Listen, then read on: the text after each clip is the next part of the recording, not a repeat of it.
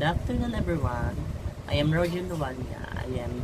I will be discussing to you the American period until the present. So, Plan 901 was described that during American occupation, the direct taxes was also imposing to Filipinos. But this system are also used by the U.S. government, which is the direct taxes that they have found in operation in the island. This is why Finn believed the direct taxes could be traced back. The primitive tribute provided by the law for the Indies of 153 is also the evolution of what the law for the Indies stated.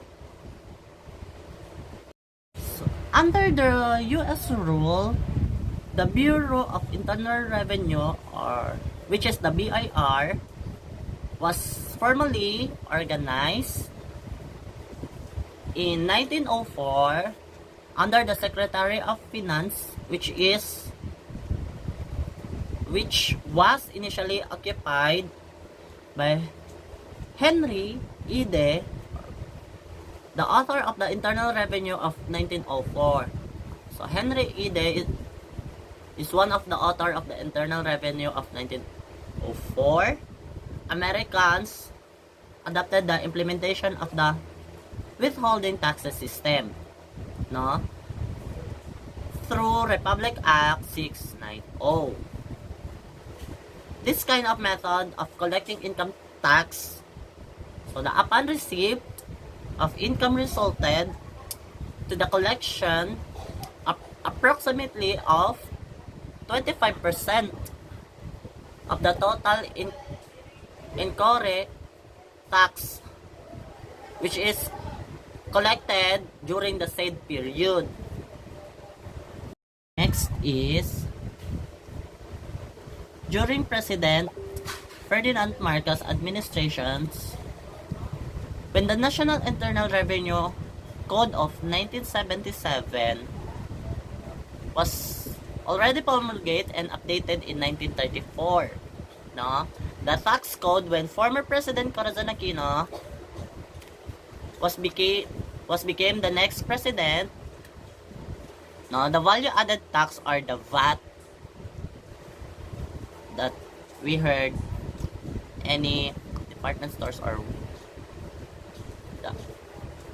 had been the massive campaign and became the structural reformat, no, as stated in the 1986 tax reform, no, which is the program of her administration, no? Corazon Aquino, no,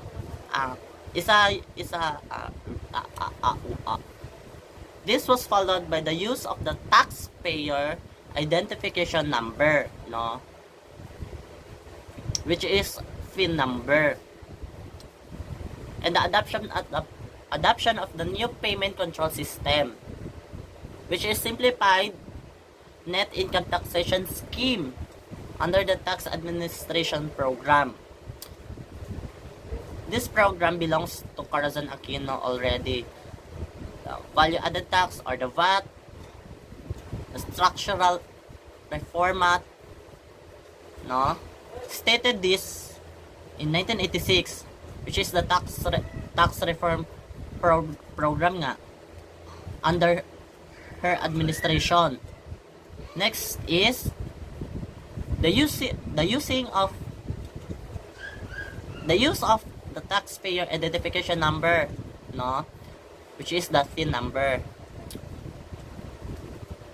And also in Corazon Aquino administration, the adoption of the new payment control system, no, they are simplified by the net income taxation scheme, no, under the tax administration program also.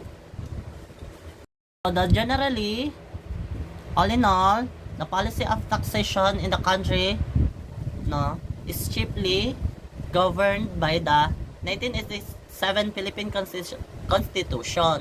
Now, it belongs to 1987 Philippine Constitution, pinamumunuan ng 1987 Philippine Constitution of the Republic of the Philippines, no? At may mga kasama sila dito. Ito yung tatlong Republic Acts na bumubuo dito. To wit that the rule of taxation shall be uniform and equitable, no? Also, the Congress shall evolve a progressive system of taxation, no? This is Article 6, Section 28 of 1987 Constitution, no? Nakapaloob dito sa Article 6, Section 28 of 1987 Constitution na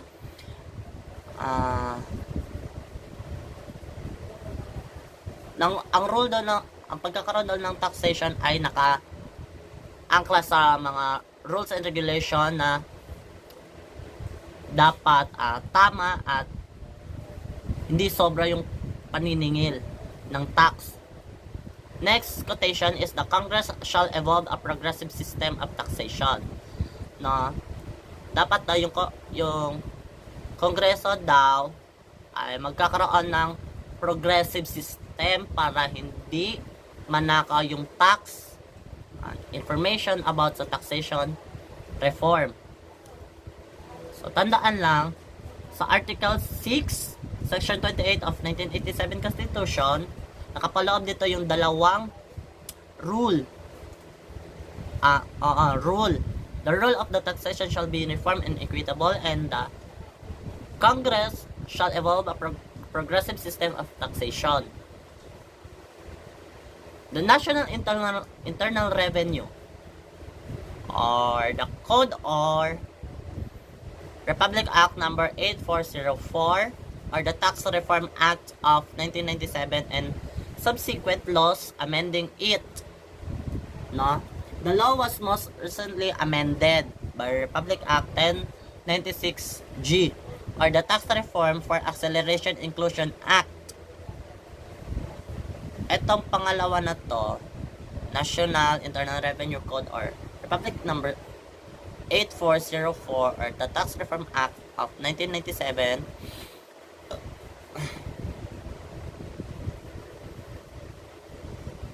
it is inclusion by amended the Tax Reform for Acceleration and Inclusion Act. Next is Republic Act number 7160, or the Local Government Code of 1991, no, which provides for the major sources of revenue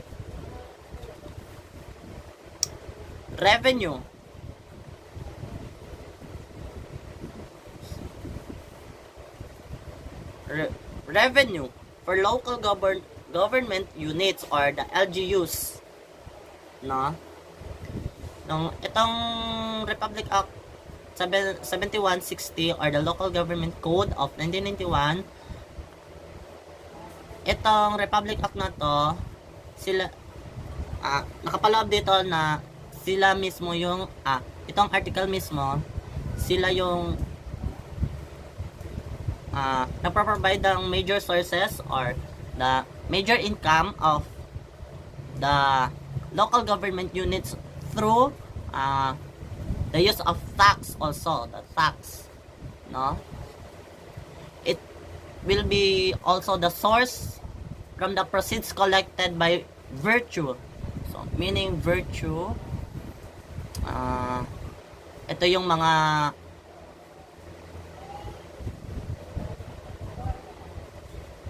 local ordinance na nagkakaroon ng income, or the tax imposed at the national level or collected by the Bureau of Internal. Next is the revenue, which is the BIR, while the local treasurer's office collected those that are imposed at the local level, such as provincial, city, municipal, and barangay also. That's all for my part. Thank you for listening.